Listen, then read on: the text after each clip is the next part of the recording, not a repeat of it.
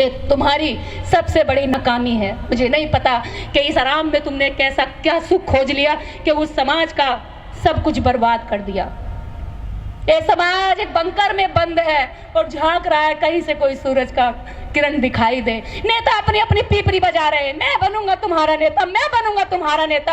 हर कोई मायावती बनना चाह रहा है, हर कोई मुलायम सिंह यादव बनना चाह रहा है, लेकिन कांशीराम बनना कोई नहीं चाह रहा। ज्योतिबा फूले बनना कोई नहीं चाह रहा। मेरे समाज के लोगों, मैं तुमसे सवाल करती हूँ, क्या तुम इसी तरह दंश में जीते जीते कितनी पीढ़ियां गुजारोगे?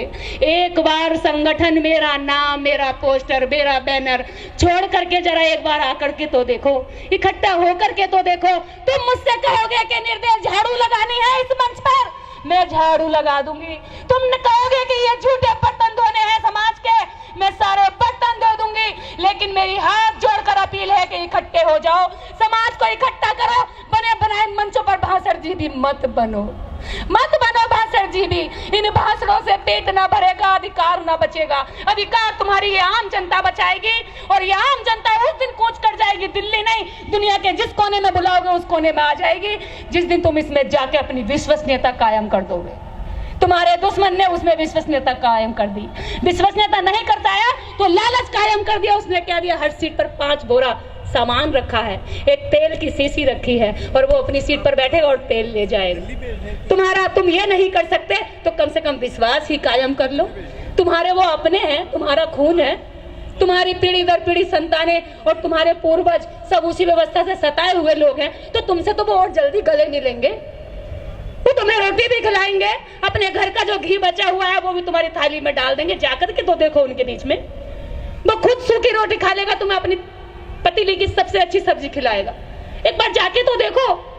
मुझसे ज्यादा लिटरेसी वर्ड बोले नहीं जाते, बोल सकती हूँ, लेकिन मैं कोशिश करती हूँ उन शब्दों को बोलने की जिनसे मैं दुखी हूँ, जो मेरी वास्तविकता है, जो मैंने देखा है। मैंने गांव गांव में देखा है कि आपके समाज को किस तरह से अंदर से खोखला किया जा रहा है। एक घर में 4 लोग दारू पीने वाले हैं, लेकिन पढ़ने वाला एक नहीं है, कमाने वाला एक नहीं है। औरतें दूसरों के घरों में काम ढूंढ रही हैं, भैया कुछ भी करवा लो हमसे, लेकिन हमारे बच्चों को रोटी मिल जाए। ये तुम्हारे समाज की स्थिति है। और सूट बूट पहन करके अपनी टाई चमकाते हो। शर्म आती है मुझे तुम्हारी टाई की गांठ पर कि तुमने अपने समाज को बचाने के लिए एक भी काम नहीं किया। मैं नेताओं से कहना चाहती हूँ, मंच की एक गरिमा होगी, वो अपने साथ में आए हुए लोगों की गिनती कराएगा कि मैंने इस कार्यक्रम के लिए इतना योगदान दिया है।